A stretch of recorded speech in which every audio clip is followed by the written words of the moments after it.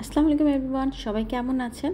আজকের ওয়েদারটাও কিন্তু বেশ সুন্দর। তো এরকম ঠান্ডা ঠান্ডা ওয়েদারে গরম গরম থাই স্যুপ হলে কেমন হয় বলেন তো?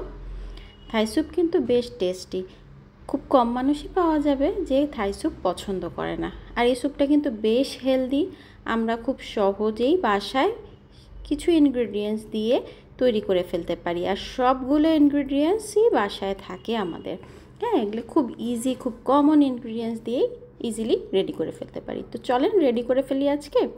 প্রথমে 3টা ডিমের কুসুম নিব, সাদা অংশ কিন্তু নিব না। আর তার সাথে চিকেন নিয়ে নিচ্ছি আর শ্রিম্প নিয়ে নিচ্ছি। এখন দিয়ে দিচ্ছি চিলি সস। তার সাথে আমি ইউজ করছি এখানে টমেটো পিউরি। আর দিতে হবে সাথে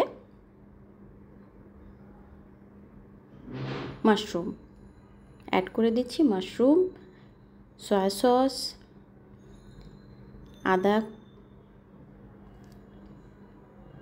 এখানে কর্নফ্লাওয়ার দিয়ে দিচ্ছি। আর সাথে কিন্তু দিয়ে দিয়েছি লেবুর রসও। এখানে চিলি পাউডার দিয়ে দিচ্ছি।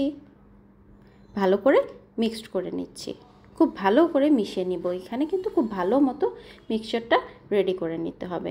মিক্সচারটা রেডি হয়ে আসলে আমি দিয়ে দিচ্ছি লবণ, স্বাদ অনুযায়ী লবণ আর চিনি। আর তার সাথে দিয়ে দিচ্ছি থাই লিফ। ওকে, থাই লিফ ছাড়া থাই স্যুপ তো অসম্ভব। আর তারপরে আবার সব কিছু মিশিয়ে দিয়ে দিচ্ছি পানি। এখন 5 জনের মতো আমি রেডি করেছি, 5 কাপ পানি দিলেই হয়ে যাবে। এখন চুলায় বসিয়ে দিচ্ছি। চুলায় বসিয়ে মিডিয়াম টু লো ফ্লেমে, হাই ফ্লেমে একদমই করা যাবে না, লো ফ্লেমেই করতে হবে। খুব আস্তে আস্তে করে চুলা জ্বালিয়ে আমরা আস্তে আস্তে করে নাড়াচাড়া করতেই থাকবো। কন্টিনিউয়াস যেহেতু কর্নফ্লাওয়ার আছে, নাড়াচাড়া কিন্তু করতেই হবে। এই যে দেখেন আমার কিন্তু ফুটে এসেছে। যেরকম পর্যায়ে যখন ফুটে আসবে তখন আমি অ্যাড করে দিচ্ছি কাঁচামরিচ আর দিয়ে দিচ্ছি black pepper powder for test. খুব সুন্দর একটা টেস্ট আসে, খুব সুন্দর একটা অ্যারোমা আসছে। এখন আমি বলে বোঝাতে পারবো না। এই যে দেখেন সব কিছু কিন্তু আমার একদম কুকড হয়ে গেছে, প্রপারলি কুকড হয়ে গেছে। যেমন শ্রিম্পটা যেমন কুক হয়েছে, চিকেনটা ওরকম কুক হয়েছে। সুন্দর একটা কালারও এসে গেছে, ফ্রেগরেন্সটাও খুব সুন্দর আসছে।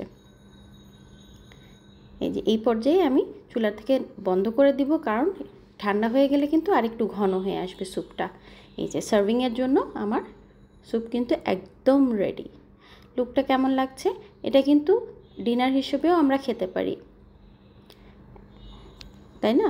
ডিনার হিসেবে খেলে এটা থাকলে আর তো কোনো কিছু লাগেই না, পেট ভরে খেয়ে ফেলা যাবে। আর খুব হেলদি, যারা ডায়েট করছেন তাদের জন্য তো পারফেক্ট একদম। আর এই রেসিপিটা আমার একটা ফ্রেন্ড বলেছিল, তার জন্য আমি রেডি করেছি। রিফাত, এটা তোর জন্য। Thank you.